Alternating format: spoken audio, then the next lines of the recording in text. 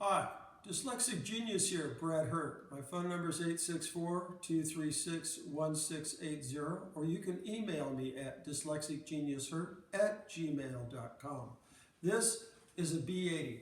These were built in 1914, 10 days after the factory burnt down, and they were built for less than a year. The A80 was in 1912. These machines come with a bunch of different grills. This is just one style of the different grills they had. When I got this machine, it had a lid break, which means the lid came up like this and pulled everything out.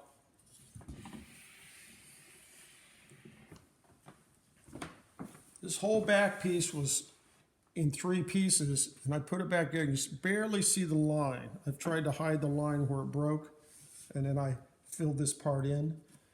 The veneer was half gone. I re-veneered it with this beautiful flame mahogany on top. I've had everything re-nickeled.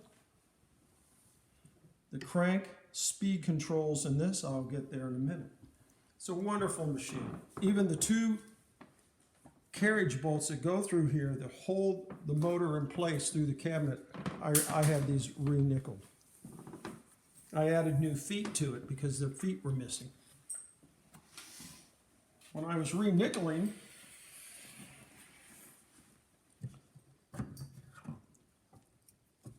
the tensioner was all rusted out, so I redid that too also. These were cadmium plated. But my nickel plater, he just kind of threw that one in for me. I refowed the horn.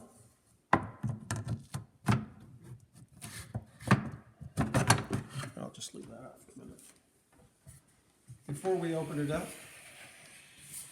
on the speed control, this was rusted together. And I had to cut the shaft that goes through to get it apart so I could get everything apart.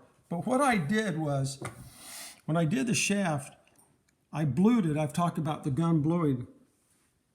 But I put a rudimentary slot in there to make it look like it was original.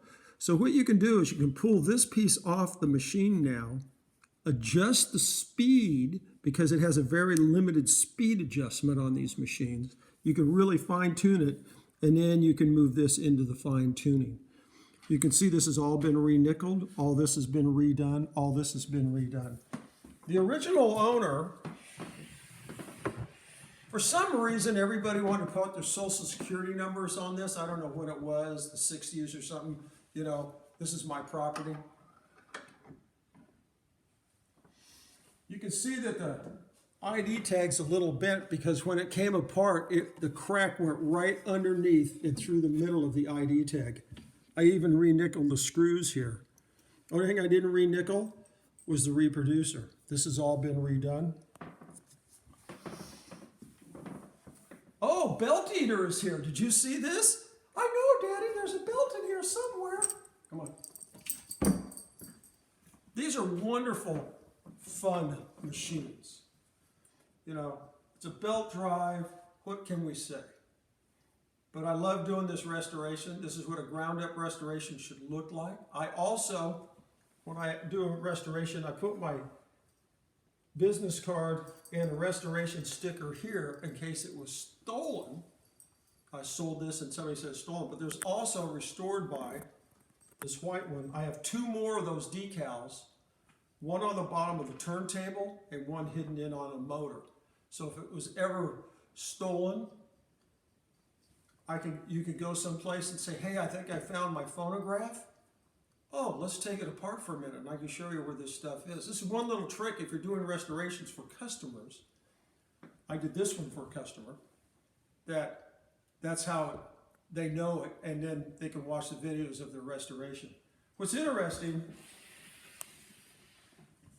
if you can see on camera, I have the social security numbers right here on the lift lever, and I re-nickeled the whole lift lever too.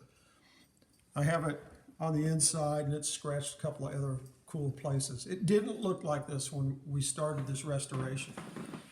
I also, usually people put the little felts here on the machines. you know, like Victor's and stuff. But I put two little ones up here on the top to make this look more aesthetically pleasing when you came in. I re-nickeled all the screws that hold the grill in, and you've seen the videos on refelting and everything. It's a wonderful machine.